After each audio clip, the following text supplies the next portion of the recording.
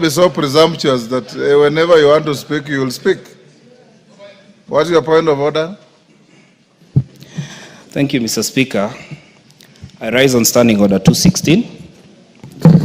Mr. Speaker, Standing Order 216-2 provides that a member appointed to a departmental committee at the commencement of a parliament at any other time during the term of parliament shall, unless the House resolves otherwise, serve for the term of the parliament, subject to Standing Order 217. Mr. Speaker, Standing Order 176.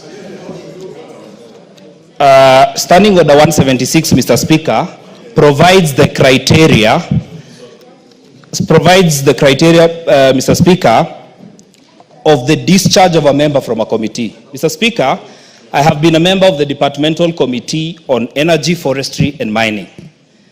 Standing Order 176 provides that a party may discharge a member from a select committee after the member has been accorded an opportunity.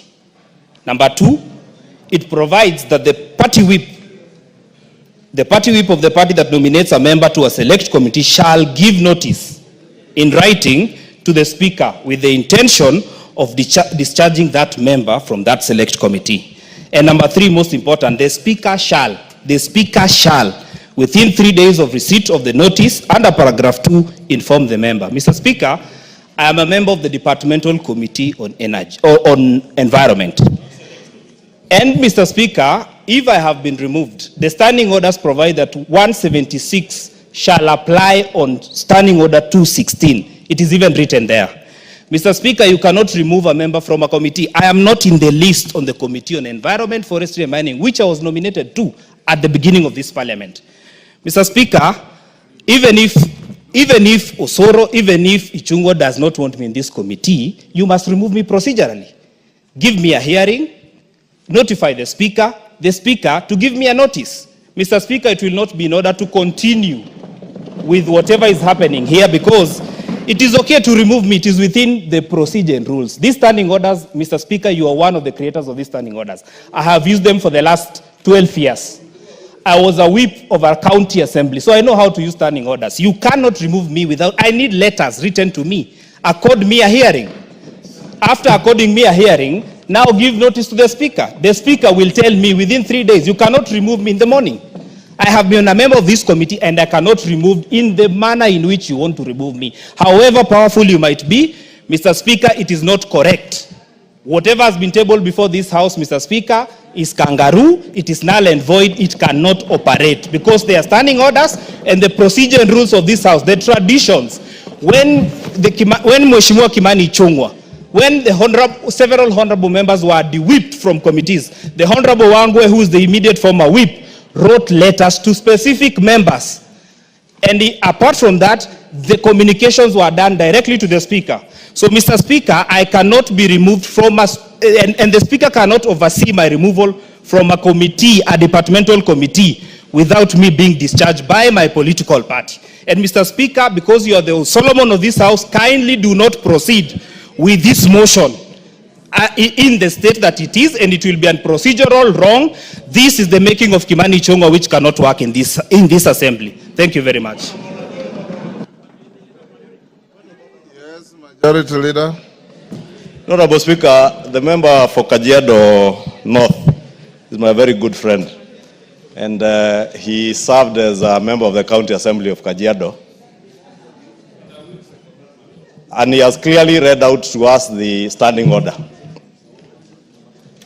I will choose to ignore the invocation of the name Kimani Ichungwa, which is now a spot for those who have nothing else to speak about.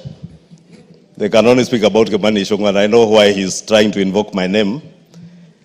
But I will restrict myself to the provisions of the standing orders. The standing orders, Honorable Speaker, make it clear, unless otherwise resolved by the House.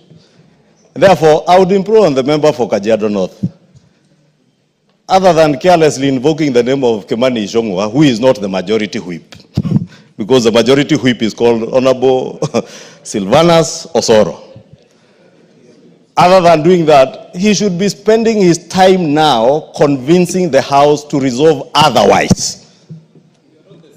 Otherwise, Honorable Speaker, invoking the name of Kimani Ichungwa to look popular out there, my friend, go and do those things in the County Assembly of Kajiado, not in the National Assembly. Spend your time in the National Assembly discussing matters of greater importance to the people of Kajiado North, who are suffering without roads, whose children cannot even go to school because their member of parliament is busy following people in some other village somewhere. Why don't you follow members of your constituency in their own constituency addressing their issues? I will not allow, Honorable Speaker, any member to use my name or invoke my name to try and seek cheap publicity. Our standing orders are very clear, and our Nyogoyo should know that. Deal with matters to do with your constituents. And there is also some levels of insatiable greed that we cannot be able to satisfy as a House. And therefore, Honorable Speaker, the issue raised is simple. Let the Honorable Nyogoyo convince members of this House to resolve otherwise. Otherwise, the standing order, as he read, is very well, is in very simple language that even a member of our county assembly can be able to interpret. Osoro. Osoro. Honorable Speaker, thank you very much. Honorable Speaker, when I moved this particular motion, I did indicate that coming up with a list of committees in any particular committee, Honorable Speaker, is not very easy.